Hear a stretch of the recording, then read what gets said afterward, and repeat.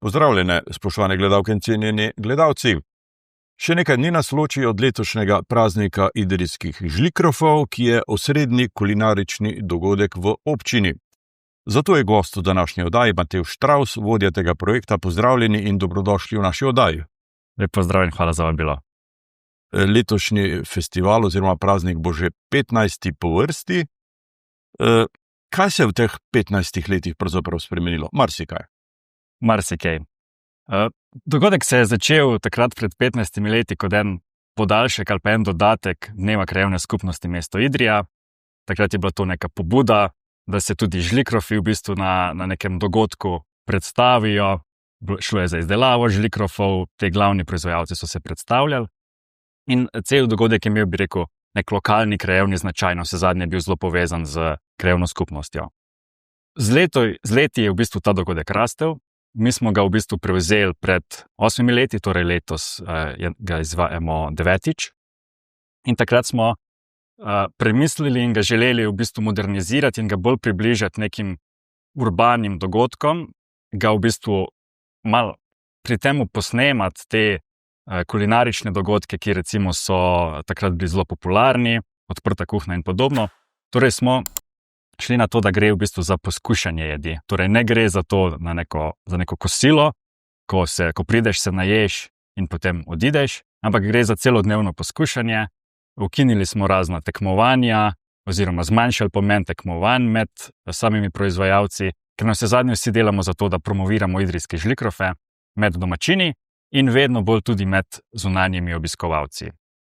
Tako da mislim, da v teh letih v bistvu je dogodek postal nek regionalni festival, vedno več v bistvu je obiskovalcev tudi izven naše goriške regije ali pa bi rekel izven neke te rovtarske regije.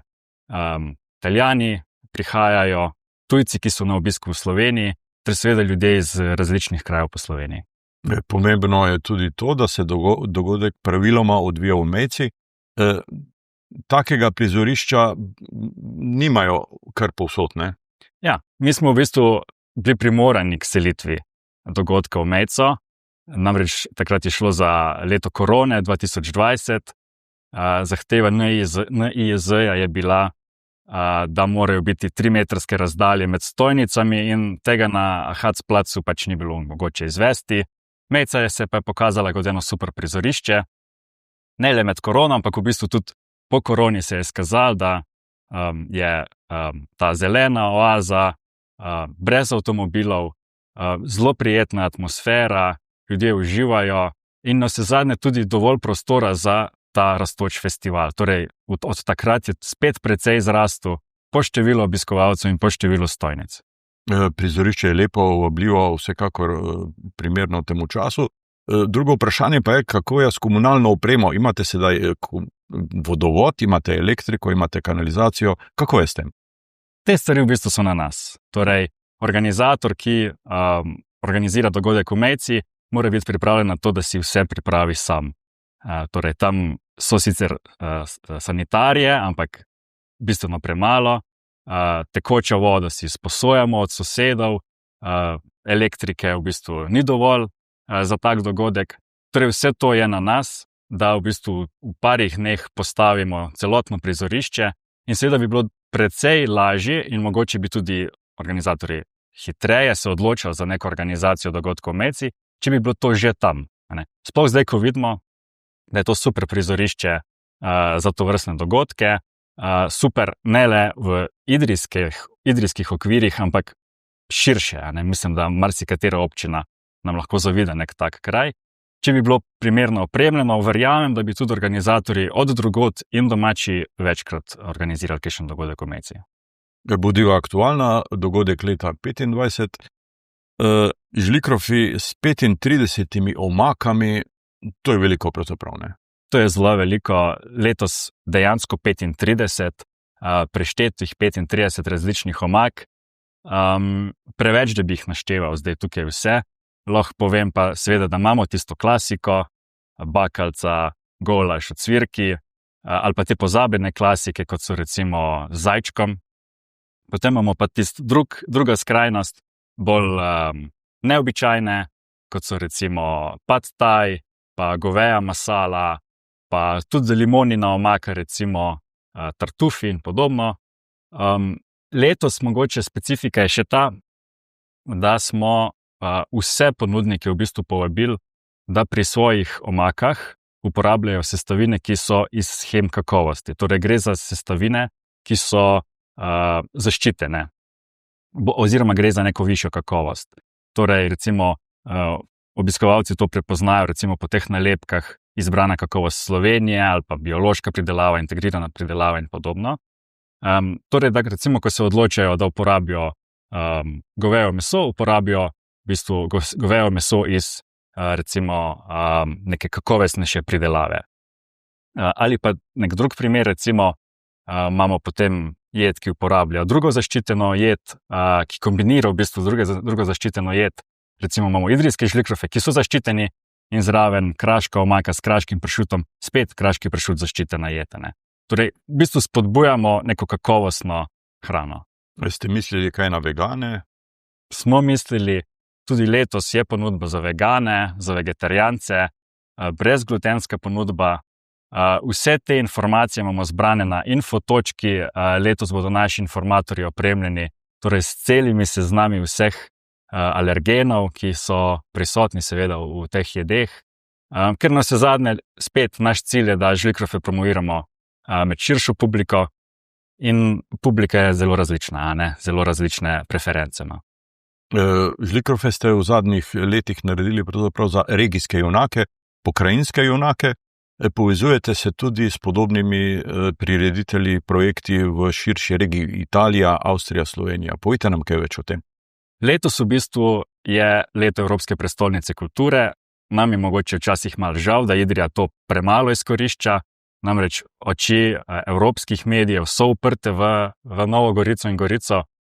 Zato smo mi v bistvu tudi se odločili, da letos k samemu dogodku dodamo en, mi rečemo, brezmejni becirk, torej eno območje znotraj prizorišča, kjer bomo v bistvu gostili italijanske kersone iz Karnije, pa avstrijske kasnudle, torej sirove krape oziroma skutine krape iz avstrijske Koroške, in tudi seveda nam bližnje kobariške štrukle. Gostimo tudi druge pobude iz te goriške regije, recimo tak je Borderless Beer, ki ga proizvaja pivovarna iz Nove Gorice, Reservoir Dogs, torej pivo, ki ga skupaj varita dve pivovarni, vsaka na svoji strani meje. Torej, v bistvu želimo to Evropsko prestolnico kulture ali pa ta duh prenesti tudi v Idrijo. Štrukli iz Spodnje Idrije bodo? Seveda. Da. Delavnice, vsako leto imate običajno tudi delavnice, da se ljudje sami preizkusijo. Izdelava žlikrofov sicer ni strašno zapletena, terja pa nekaj spretnosti.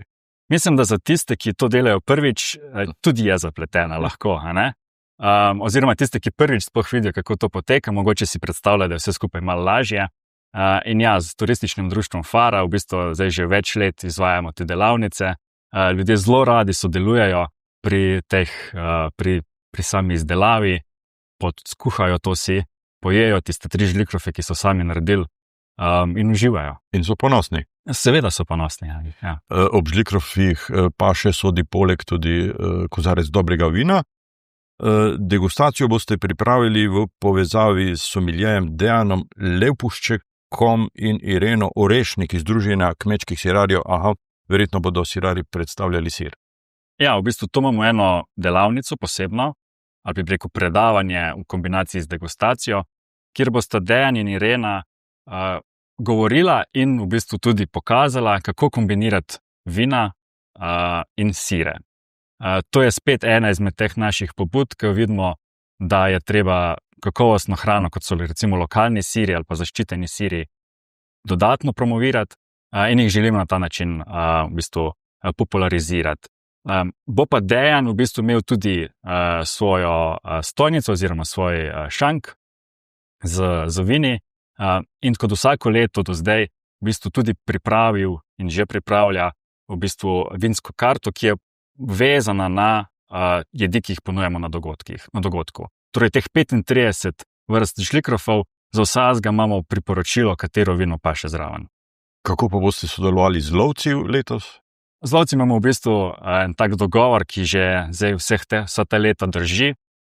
Tekmujejo v kuhanju divjačinske bakelce, torej bakelce iz muflona, divje koze. Vsako leto v bistvu to tekmovanje postaja zahtevnejše za njih, kakovost se v bistvu očitno v bistvu dviguje, vedno težje je izbrati zmagovalca in tudi letos lovske družine se bodo v bistvu spopadle, katera skuha najboljšo divjačinsko bakelco. Praznik idrijskih žlikrofov naj bi bil namenjen družinam. Kako gledate na program za otroke? Ja, Mejce v bistvu je že samo po sebi super prizorišče za otroke, ni avtomobilov, narava, v bistvu tudi bližina reke, ki vse skupaj v bistvu malo ohladi celo prizorišče. Vsako leto sodelujemo z Mladinskim centrom Idrija, ki pripelje svoj mobilno igrišče. Imamo pa seveda tudi druge aktivnosti, letos tudi z Mestnim muzejem Idrija pripravljamo eno delavnico za otroke. Mladinski center bo recimo izvajal 2 delavnici celodnevni, potem pa še vrtiljak, vse ostale stvari, ki so že v Mejci, pump track, igrišče, v bistvu otroško igrišče, ki že je v Mejci, tako da res velikega programa. Organizirali boste tudi kolesarske izlete v bližnjo okolico. S kom ste se povezali v tem projektu? Lansko leto smo prvič preizkusili kombinacijo žlikrofov in kolesarjenja, torej gre za izlete s kolesi, ki se pričnejo v Mejci in zaključijo v Mejci žlikrofi. Lansko leto smo imeli eno traso, letos 2, ena bolj zahtevna za adrenalince in ena, bi rekel, bolj taka pustolovska za sladokusce. Obe sta namenjeni temu, da ljudje, ki niso iz teh krajev, nedomačini, torej spoznajo naše konce, spoznajo krajinski park, spoznajo zdaj v enem tem primeru tudi dole, pa potem spust čez Turško nogo navzdol, bolj adrenalinski spust. Tako da v bistvu iščemo, kako različne publike privabiti na naš dogodek. Ansambel Suhocvetje je tako že del inventarja vašega dogodka. Kdo bo poleg teh glasbenikov še nastopil? Letos vabimo goriškega Smalltalka, torej reperja, gangsta reperja, on sam sebi reče, čeprav ni prav zelo gangsta, torej ni nek pravi gangster, ampak ja, on prepeva v goriškem narečju, čeprav to ni njegovo domače narečje, ampak mislim, da je zelo prepričljiv. Poleg tega letos imamo še en dodaten oder z DJ-jem, ki bo vrtel v bistvu glasbo iz prejšnjega tisočletja, z konca prejšnjega tisočletja, italo, disco, funk, torej same take super komade, ki jih mislim vsi poznamo, niso pa mogoče najbolj pogosti na radijskih valovih. Praznik idrijskih žlikrofov je pravzaprav velik dogodek. Kakšna organizacijska ekipa pravzaprav stoji za tem dogodkom? Dogodek je v bistvu v teh letih res zrasel v velikega. Nas je 5 v tej ožji ekipi, zmenjeni smo, vsak v bistvu pokriva en svoj del, neka jasna delitev vlog, hkrati pa mislim, da ta raznolikost te naše ekipe v bistvu pripomore k temu, da lahko v bistvu res pomislimo na marsikatero stvar, od, bi rekel, tistih bolj tehničnih članov ekipe, do tistih bolj vizualnih, tistih, ki bolj dajo na izkušnjo, na komunikacijo z obiskovalci. Poleg teh 5 ljudi, v tej ožji ekipi, so potem še vsi ponudniki, mi se vsako leto zbiramo, prej s ponudniki se srečujemo z njimi, da se zmenimo, kako bodo stvari letos potekale. Ogromno je partnerjev in na samem dogodku mi imamo več kot 40 ljudi, ki delajo v bistvu za nas, torej ne za ponudnike, ampak samo za nas kot organizatorje, da so smeti v bistvu odnešene pravi čas, da imajo ponudniki vodo pri svojih stojnicah, da so ljudje informirani, varnostniki, reditelji in podobno. Festival raste iz leta v leto. Kje so meje pravzaprav? Festival mislim, da ima 2 ozka grla. Eno je, koliko žlikrofov smo sposobni proizvesti in prodati, v enem dnevu prodati. Mislim, da je bilo 2 ali 3 leta nazaj, se nam je to zgodilo, da je v Idriji dejansko zmanjkalo žlikrofov, torej niti ponudniki jih niso imeli doma na zalogi. Ampak mi se, kot sem rekel, se pogovarjamo s ponudniki, pravijo, da možnosti za rast so še, če v bistvu je ta rast konstantna in mislim, da zdaj imamo 20% rast na leto. Drugo ozko grlo je prizorišče.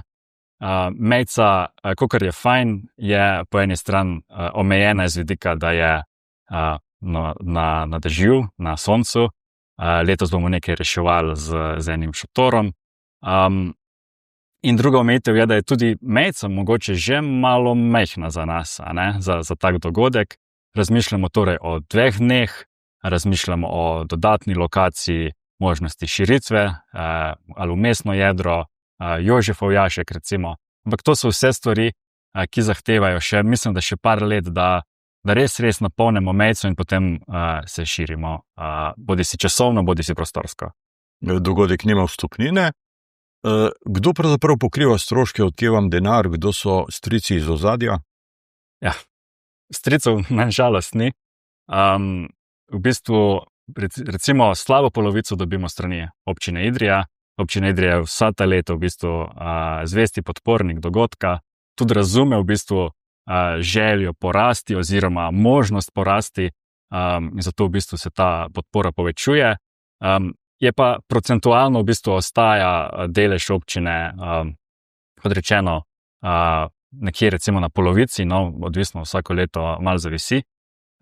Potem ostal del mi dobimo na trgu. Neki so sponzorji, neki so partnerstva z drugimi organizacijami, neki so naši lastni projekti, ki jih v bistvu pripeljamo v Idrijo, pa kombiniramo stvari. En dobršen del seveda je tudi prodaja na samem dogodku, prodaja pijače, sodelovanje z ministrstvom recimo. Tako da v bistvu zahteva od nas kar precej enega dodatnega dela, to ni podarjen denar. Ampak mislim, da ker vsi skupaj, cela ekipa, ne le mi, ampak tudi ponudniki vidimo to možnost rasti, je v bistvu neko zadoščenje bolj po dogodku in neka motivacija, da delaš še naprej, da delaš še bolje. Krajevna skupnost mesto Idrija se je po 15 letih, mislim, da umaknila iz projekta. Zakaj pravzaprav? Razlogov v bistvu nismo zares dobili. Je pa res, da se pravi dogodek se je začel kot dan krajevne skupnosti mesto Idrija. V tem času je dogodek zrasel tudi v turistični dogodek, torej ni namenjen le domačinom. Mislim pa še vedno, da je to dogodek, na katerem se zbere največ Idrijčanov. In jaz mislim, da bi žlikrofi mogli biti prav neka stvar, ki nas združuje, ne glede na to, kdo smo, kako govorimo, koga podpiramo, in upam, da v prihodnje nam to uspe zagotoviti. Odličnost na vsakem koraku, tako bi lahko, rezimirali vašo dejavnost. Imate tudi certifikat Idrija izbrano. Kaj vam pomeni to? Ja, mi smo že takrat prav na začetku pridobili certifikat Idrija izbrano. Smo edina prireditev, ki ima ta certifikat Idrija izbrano.